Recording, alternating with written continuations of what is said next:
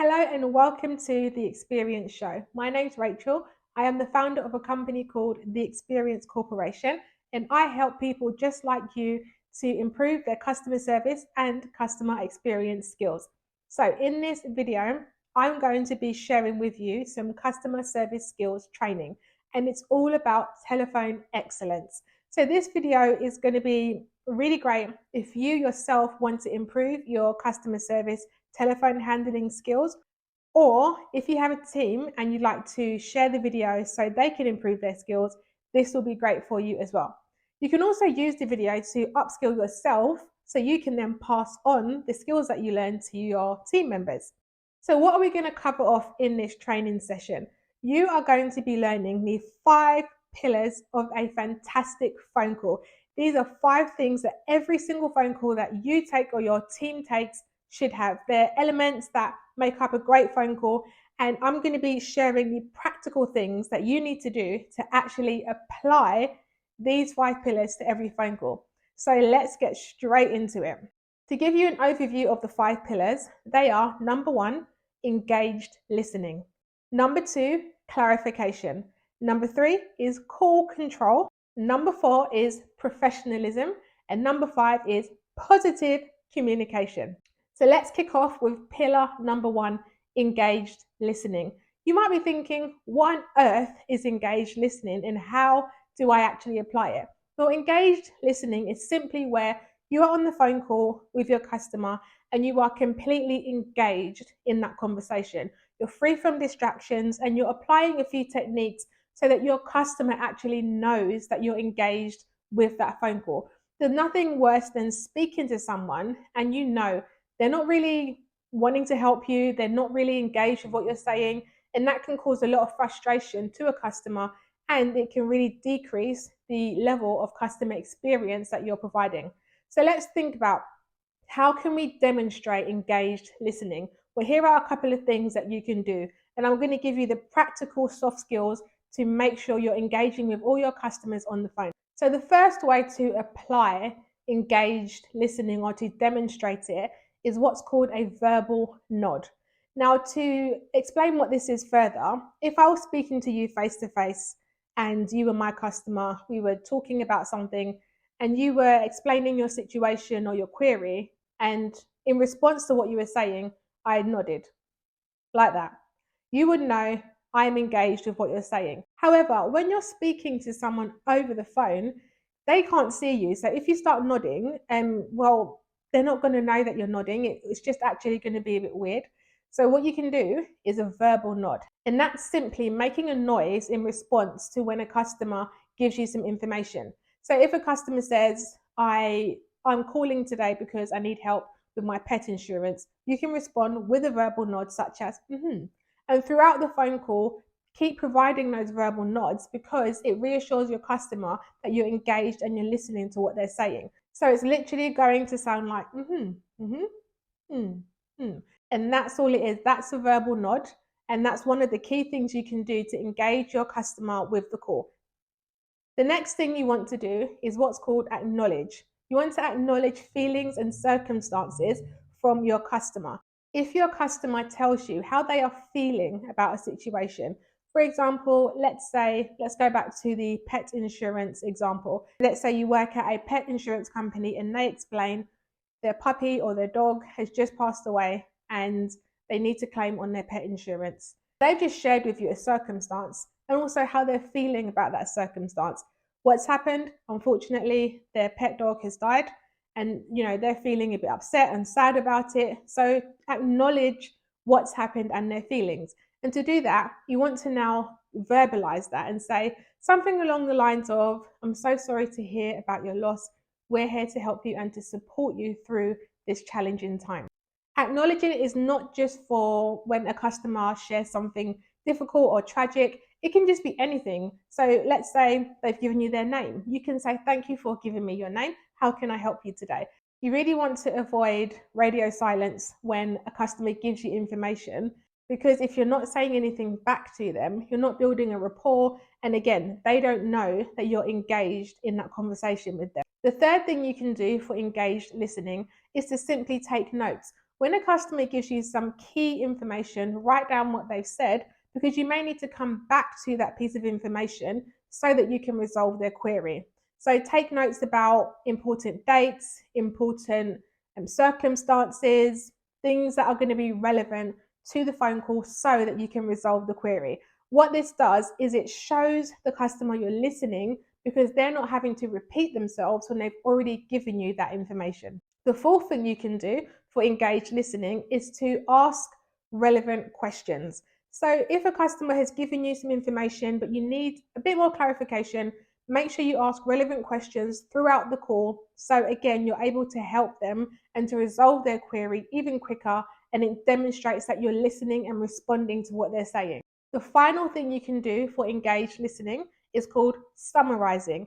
Summarising is where you basically take what the customer has said and you just provide a summary to make sure you fully understood what they are saying and you're both on the same page. This can happen at any point in the phone call and especially towards the end, because at the end of the phone call, summarising really helps that customer to be sure that you know what you're talking about, they know what's happening next, and you have fully engaged in the conversation for the whole time. So to recap on pillar number 1, engaged listening, the reason we want to apply these techniques is because it helps our customers to understand and know we are fully engaged in the conversation. So what you can do is number 1, verbal nods. Number 2 is to acknowledge feelings and circumstances. Number 3 is to take notes. Number 4 is to ask relevant questions. And number 5 is to summarize. Let's move on to pillar number 2, which is called clarification. When you're on the phone with a customer, you and that customer should leave that particular phone call with 2 things.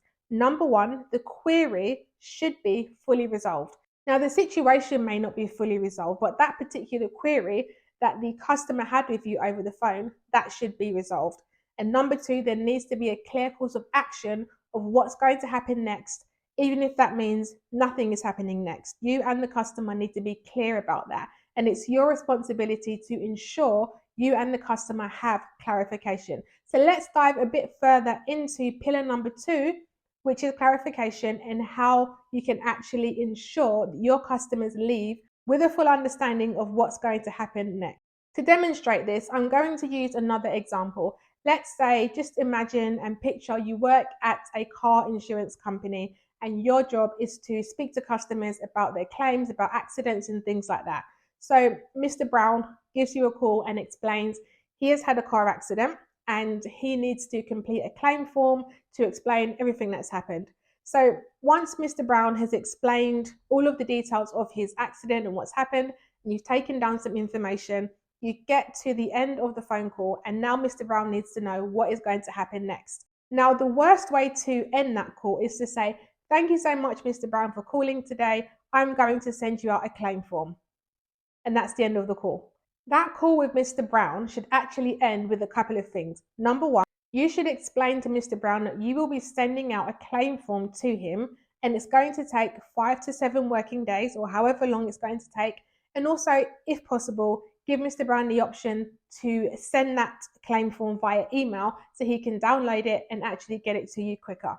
The next thing Mr. Brown needs to know is what on earth happens once he gets this claim form. So you need to explain to Mr. Brown, once you have the claim form, please complete it with all of the details as best as you know based on what's happened, and then send it back to us by X, Y, and Z, whether that's in the post or via email or uploading it to a portal. Then Mr. Brown needs to know what's going to happen next. You can explain to Mr. Brown, we will be processing your claim, and once we have the form, it takes around 5 to 10 working days to let you know the outcome of the claim. However, this may take a little bit longer depending on the complexity and what's happened at the accident. And finally, Mr. Brown needs to know what are the options for the outcomes here.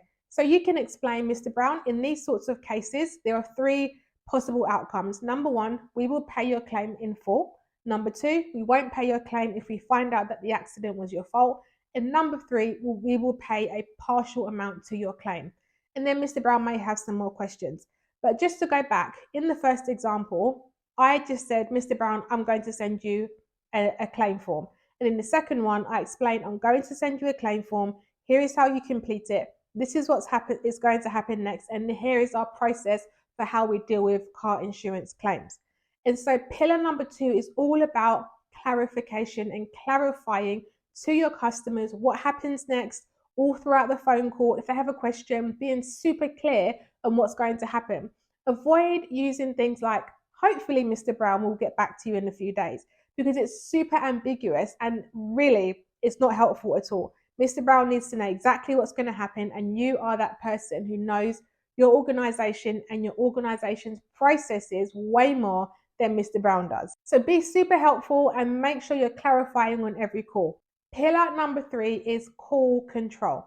Now, call control is where you, as the agent, as the person in charge of that phone call, takes full ownership and leads the customer in that call. So to apply call control, the first thing you want to do is when a customer calls you, provide a really nice greeting, warm and friendly, and ask them a key question, which is, how can I help you today?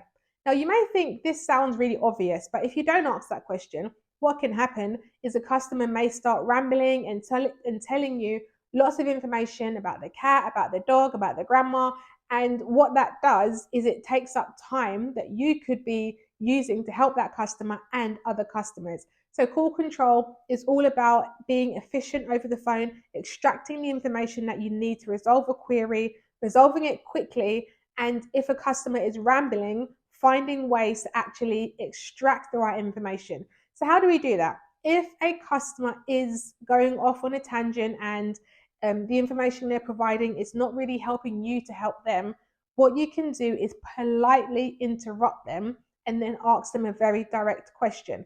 So if they're saying things like, oh, the weather's great, and they're talking about all of this random stuff, you can simply say, excuse me, Mrs. Elliott, I would just like to politely interrupt you there. I just want to find out, how is it I can help you today, or what can we do for you as a company? And what you've done there is you've cut off all of the rambling and you stop that person in their tracks so they can actually refocus on the call and why it is that they've called you. This is really important because what it does is it improves the efficiency of your phone calls and it reduces the wait time of other people who need to get through to you and need to speak with you. So just to summarize, call control is about you taking control from the very first moment that customer calls you by asking that question, how is it I can help you today? And if the customer is not giving you the information you need so that you can help them, politely interrupt them and ask them, how is it I can help you today? Okay, let's move on to pillar number 4, which is called professionalism.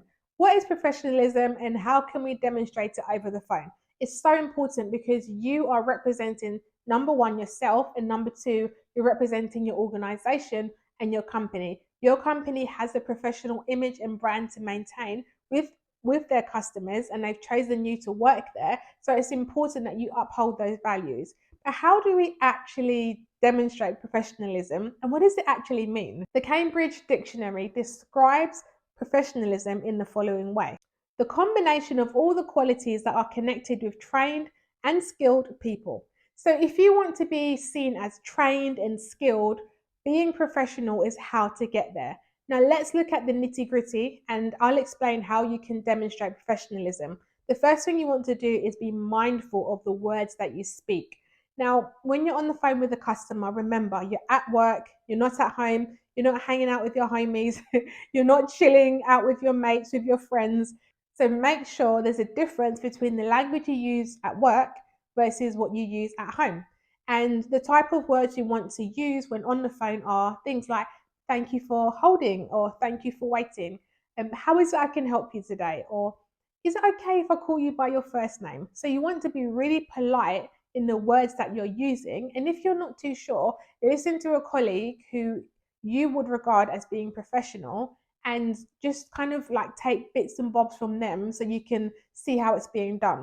The next way to be professional is to make sure that you don't share any personal information with the customer that you're speaking with. Sometimes customers can get really friendly and it can be really tempting to say things like, I don't know, I went out last night, we had loads of fun, or whatever it might be. But keep those stories to yourself, even if the customer is being like overly friendly. The next way to remain professional over the phone is to use what's called matching. So matching is where you are matching your customer's mood, their tone of voice and things like that. So if a customer is cracking a joke and making some kind of humorous comment, it's okay to laugh with them, just do it in a professional way.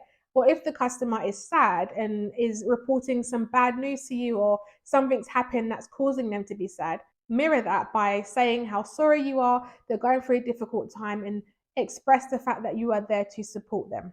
Finally, you want to have a professional tone of voice. So if you need to raise your voice a little bit louder so you can speak to your customer and they can hear you, or if you need to tone it down because maybe they're a little bit elderly, or whatever the case may be, use an upbeat and professional tone of voice. Yes, we all know we've all got the telephone voice. It's very different to what we have at home, but we need to use that so that we're demonstrating that professionalism. Well done, you've made it to pillar number 5, which is positive communication. Have you ever been on the phone with somebody and you're trying to sort out some kind of issue, and all they're doing is telling you, I can't do this, I can't do that, that's not my department, someone else can deal with it? Well, that's an example of negative communication.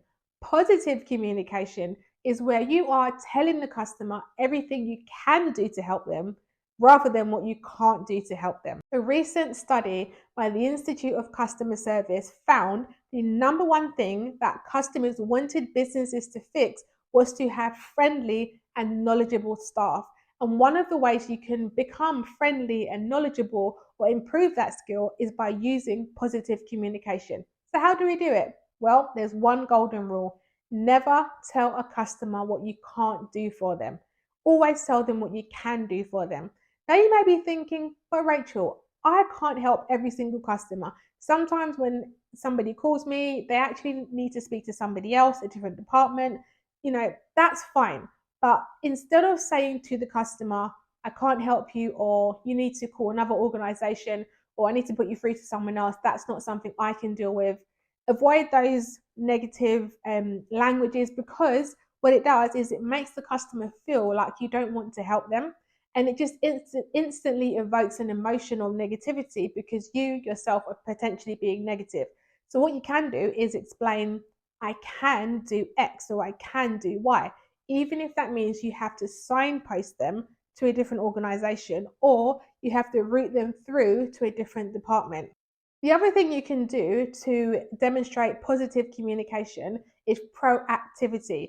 So when a customer calls you and it's maybe a bit more of a complex issue, put them on hold, find out what you can do, and then go back on the phone to them and explain again, here's what I can do for you, here are your options. Giving customers options is another way that you can demonstrate positive communication. So there you have it. Those are the 5 pillars of an excellent phone call. And just to recap, if you want to have great phone calls with all of your customers, the 5 things you need to do are: number 1, engaged listening. Number 2, clarification. Number 3 is call control. Number 4 is professionalism. And finally, number 5 is positive communication. I hope this video has been helpful for you. If you want more videos like this and more training and masterclasses all about customer service skills and customer experience improvement, hit that like button, subscribe to this channel, and I'll see you next time.